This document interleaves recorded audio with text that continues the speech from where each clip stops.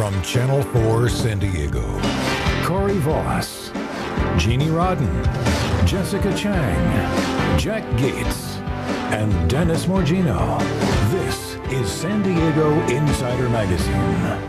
And now a story about changing children's lives in a different way. A local woman quit a successful career in corporate America to take control of her own destiny. Now she's publishing children's books on real-life American heroes to get kids to look at history in a whole new way. Jeannie Rodden has more on a creative endeavor called AmeriTales. Oh, you guys are fast readers. Take one look at these kids' faces, and you can tell this storybook has gotten their attention. Listen to them read it out loud. He looked at his axe, then at his feet, then at his axe again. Zigzagging around the trees, Abe ran faster than he knew he could run. And you can see they're caught up in the action-adventure tale. But what might surprise you is the Abe he's reading about is Abraham Lincoln. And if you look at the pictures, Lincoln looks more like a Disney action figure than a figure in history. Abe Lincoln as superhero. The superhero piece is the hook to get the kids in, to get the kids to kind of read the book, like a Spider-Man or The Incredibles. Teresa Carter is the founder of a whole series of these books called AmeriTales, written for students from kindergarten to 4th grade. Each one is a fictional account of a real-life historical figure.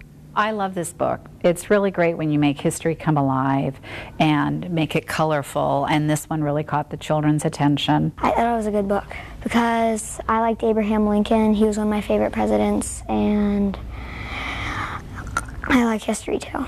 It's exciting and funny because I like cartoons, and in this book it shows when they talk and like pictures of it, so it's really cool.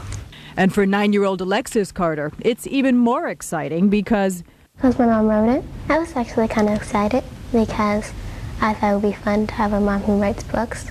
But this mom who writes books didn't always do this. For most of her professional life, she was a corporate manager for Coca-Cola. I started there working on Diet Coke and worked my way up and became the senior brand manager on Diet Coke. And so while I had the position that day one that I said I wanted when I went into the Coca-Cola company, I really wasn't satisfied.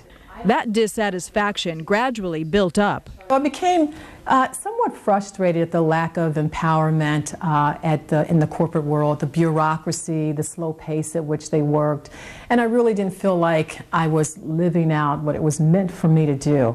Until one day, her love of history and sharing that history with children took hold of her in a rather strange way. One day my husband came home from work and my son mooned him, and I thought, oh my gosh, you know, he's been watching too much or reading too much SpongeBob.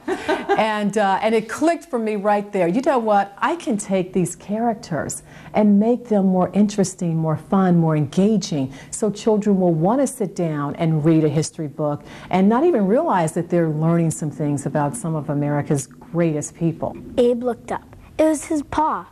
Abe had raced all the way home. Bears, he said, huffing and puffing. Bears were after me. And now in production, a book about Amelia Earhart, a role model for young girls. She wanted to play basketball. She wanted to play baseball. She wanted to run around and catch insects and put them in a jar. And she was admonished for doing that. You know, that's not how ladies behave.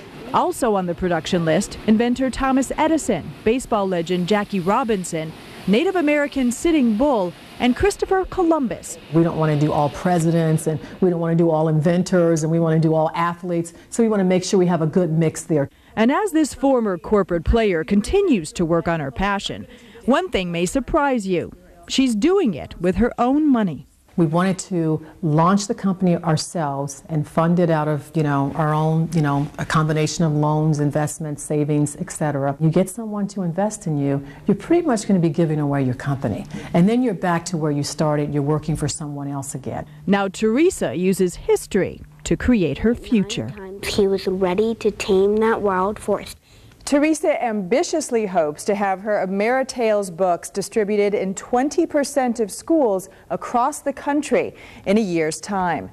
I'm Jeannie Rodden, Channel 4, San Diego.